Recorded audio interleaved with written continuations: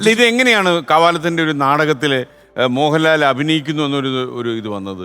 ആരാ, രാജീവ് കുമാർ സാറാണോ ആരോ എന്തോ പറഞ്ഞിങ്ങനെ പി ലാലിന്. കെ രാജകുമാർ. ആ പിന്നെ വേണിച്ചെണ്ണൊക്കെ ഉണ്ടല്ലോ അവിടെ. ആ അപ്പോൾ സാർ പറഞ്ഞാൽ ആദ്യം ഇദ്ദേഹം പറഞ്ഞു, സാർ എനിക്കിത് പറ്റുമെന്നൊക്കെ ചോദിച്ചു. അപ്പോൾ സാർ പറഞ്ഞാൽ പറ്റും, എന്താ പ്രശ്നം, കുഴപ്പമൊന്നുമില്ല എന്നൊക്കെ പറഞ്ഞ്. അങ്ങനെ എനിക്കിപ്പോഴും ഓർമ്മയുണ്ട്, ഫസ്റ്റ് ഇങ്ങനെ ഞാൻ സൂത്രധാരനായിട്ട് ഇങ്ങനെ ഞാൻ അകത്ത് കയറി ഭോ കർണ എന്ന് പറഞ്ഞിട്ട് ഞാൻ അംഗരാജ ഉപസ്ഥിത ഇതി എന്ന് പറഞ്ഞിട്ട് ഞാൻ ഇങ്ങനെ ഇറങ്ങുമ്പോഴാണ് ലാലേട്ട അടുത്ത് ഇങ്ങനെ കയറുന്നത്.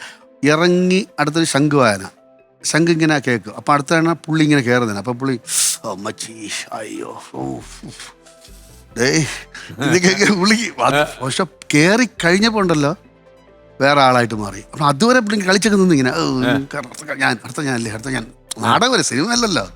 അപ്പം അതിൻ്റെ ഒരു എനർജിയിൽ ഇങ്ങനെ ചാടി നിൽക്കും. പിന്നെ കയറിയപ്പോൾ തകർത്തുള്ളൂ. ഭയങ്കര അത് നോർത്ത് ഇന്ത്യ കംപ്ലീറ്റ് ഭയങ്കര അഭിപ്രായമായിരുന്നു. അത് നാടകക്കാരാണ് കൂടുതൽ അഭിപ്രായങ്ങൾ പറയണം. അവിടെ അറിയാലോ നാടകത്തിന്റെ അപ്പൊ എല്ലാരും കാണാം. ഈ ഇവൻ മണിയുണ്ട്, എന്റെ ഫ്രണ്ടാണ്. നാടകം കഴിഞ്ഞതിന് ശേഷം നമ്മുടെ ഡ്രസ്സിംഗ് റൂമിൽ പുറത്ത് ഭയങ്കര തള്ളലായിരുന്നു. ആരെ കാണാനാണ്? ലാലേട്ടനെ. അപ്പം ചേട്ടാ തട്ടുമ്പോ ഈ പുള്ളി മണിയണ്ടൻ തുറന്നിട്ട് വരാം, ഒന്ന് ഡ്രസ്സ് മാറിക്കോട്ടെ, വരാം കാണാൻ ശ്രീമാരേട്ടൻ, അയ്യപ്പൻ ചേട്ടൻ, ഷാജി, ആ പുള്ളി മരിച്ചുപോയി, ബോസ്. ഓക്കെ, നിഷ സാരംഗ്. എന്താ ഇങ്ങനെ ഒരു കടുപ്പിച്ചുള്ള ഒരു പേര് വരാൻ കാരണം? ആൾ പ്രേക്ഷകർക്ക് എന്നും ഒരു സംശയം ഇത്. നിഷ വെയിറ്റ് ഇല്ല, അതുകൊണ്ടാണ് സാരം കൂടെ ചേർത്തത്. അച്ഛന്റെ പേര് ശാരംഗധരൻ. ഞാൻ നേരത്തെ ശാരംഗ തിരുത്തിയത്. ഓ, അത് എനിക്ക് അപ്പൊ കത്തിയില്ല.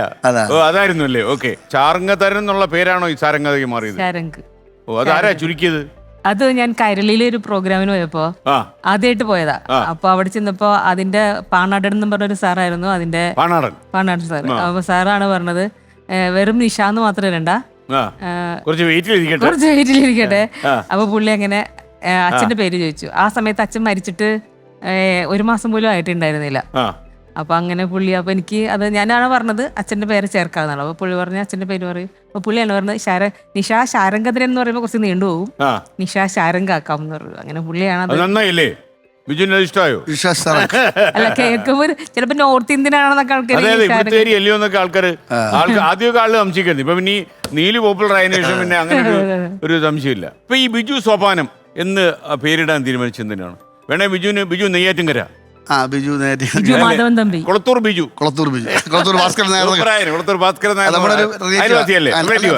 ഓക്കെ. അപ്പൊ അങ്ങനെ ഇട്ടില്ല. ഇല്ല. അത് കാരണം വെച്ചാല് അറിയാറായ കാലം മുതലേ ഇതിലോട്ട് താല്പര്യവും, പിന്നെ പെട്ടെന്ന് വേണിച്ചെന്നെ കാണാനുള്ള ഭാഗ്യം കിട്ടി. അതിലൂടെ കാവല സാറിനെ അടുത്ത് പോകാൻ പറ്റി.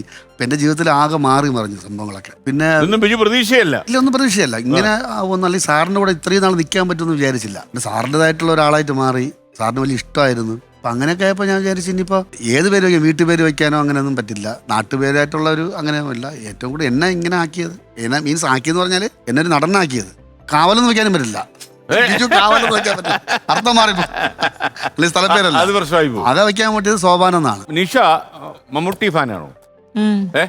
എന്താ അല്ല, നിഷയ്ക്ക് എന്തൊക്കെയോ കുറെ ആഗ്രഹങ്ങളുണ്ട്. അടുത്ത ജന്മത്തിൽ അദ്ദേഹത്തിന്റെ അനിയത്തിയായി ജനിക്കണം അങ്ങനെയൊക്കെ പറഞ്ഞു ആരോടല്ലോ. ഇതാരാ പറഞ്ഞ? ഇതൊക്കെ ആൾക്കാർ പുറത്ത് പറയുന്നുണ്ട്. അങ്ങനെയുണ്ടോ ബിജു? ഭയങ്കര ഇഷ്ടമാണ്. ആണോ? മമ്മൂക്കയോട് കുറെ സിനിമ അഭിനയിച്ചില്ലേ? മൂന്നാല് സിനിമ ചെയ്തിട്ടുണ്ടാവും.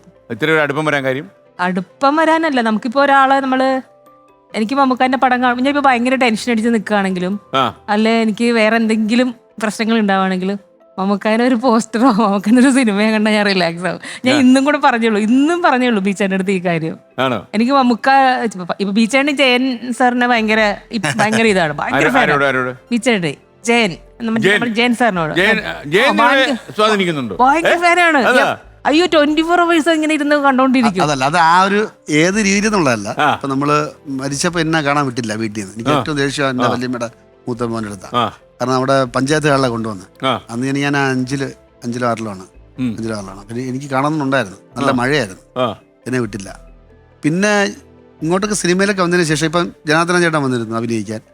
ഞാൻ ഏറ്റവും കൂടുതൽ ഞാൻ ചോദിക്കും. പിന്നെ റീന ചേച്ചി ഇടയ്ക്ക് വന്നു, ഞാൻ ചോദിക്കും. സീമ ചേച്ചി വന്നപ്പോൾ ചോദിച്ചു. പിന്നെ ഓരോ മുകേഷ് ചേട്ടൻ്റെ അടുത്ത്, ലാലേട്ടൻ്റെ അടുത്ത് ചോദിച്ചു. കർണാപരം ചെയ്യുന്നു. ഞാൻ പറഞ്ഞു, ചേട്ടാ എങ്ങനെയുണ്ട് ജയൻ? ഞാൻ ജയൻ സാറായിട്ട് ഫൈറ്റ് ചെയ്തിട്ടുണ്ട്.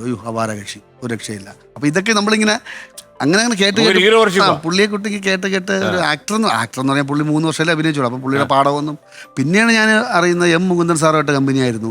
മയ്യടിപ്പുഴയുടെ തീരങ്ങളിൽ പുള്ളിക്ക് അഭിനയിക്കാൻ താല്പര്യം ഉണ്ടായിരുന്നു. പിന്നെ വായിക്കുമായിരുന്നു. എന്ന് നിന്റെ മൊയ്തീനായിട്ട് അഭിനയിക്കാൻ വേണ്ടി പുള്ളിക്ക് മൊയ്തീനായിട്ട് നല്ല കമ്പനിയായിരുന്നു. അപ്പം നമ്മൾ അടികാരനല്ല. പിന്നെ പൂട്ടാത്ത പൂട്ടുകൾ എന്ന് പറഞ്ഞ തമിഴ് സിനിമയിൽ നസൂരി ഷായ്ക്ക് പകരമാണ് പുള്ളിയെ കാസ്റ്റ് ചെയ്തത് ഡയറക്ടർ. അപ്പൊ അങ്ങനത്തെ കാര്യങ്ങളൊക്കെ. പിന്നെ നല്ലൊരു ഗായകനായിരുന്നു. മമ്മൂക്ക പറഞ്ഞു നമുക്ക് പറഞ്ഞു എനിക്ക് എത്ര ആയിരുന്നാലും എനിക്ക് കൂടെ പിടിക്കാൻ പറ്റില്ല. കാരണം അഭിനയത്തിന്റെ സാധ്യത അന്നില്ല, അതല്ലല്ലോ. അന്ന് ആക്ഷനും ഹീറോ ഇങ്ങനെ ഒരാള്. പിന്നെ പുള്ളിയുടെ മനസ്സിൽ ഏതോ ഒരു സ്വപ്നത്തില് ശ്രീകുമാരൻ തമ്പി സാറിൻ്റെ അടുത്ത് പോയി പറഞ്ഞില്ലേ എനിക്ക് അഭിനയിക്കാനുള്ള എന്തെങ്കിലും തരാൻ. അപ്പൊ അങ്ങനെ അതിലോട്ട് വന്നതാ പുള്ളി. ആക്ഷനെ പുള്ളി ആക്കിയതാണ് ഈ നീട്ടിക്കുറിക്കുള്ള സംസാരം. ബിജു സ്റ്റേജിൽ അഭിനയിച്ചിട്ടുണ്ടോ ജയന്റെ റോള്? ഇല്ല. ബീച്ചേട്ടന് ഒരുവിധപ്പെട്ട എല്ലാ നടന്മാരെയും അനുകരിക്കാൻ അറിയാം. നമ്മള് ജനാർദ്ദൻ സാർ വന്നില്ല ഒരു എപ്പിസോഡില്. അപ്പൊ ഈ ജനാർദ്ദൻ സാറിന്റെ ശബ്ദം ബീച്ചേട്ടന്റെ ഇടയ്ക്ക് അവിടെ ഉപ്പുമുളകിലെ ലൊക്കേഷനിൽ നിന്ന് പറയലുണ്ട്. അങ്ങനെ ഇങ്ങനെ പറഞ്ഞോണ്ടിരുന്നപ്പോഴോ കണ്ണൻ അപ്പൊ തന്നെ അടുത്ത കഥ എഴുതി അത് വെച്ചിട്ട് എന്നെ പറ്റിക്കുന്നതായിട്ട് പൈസ.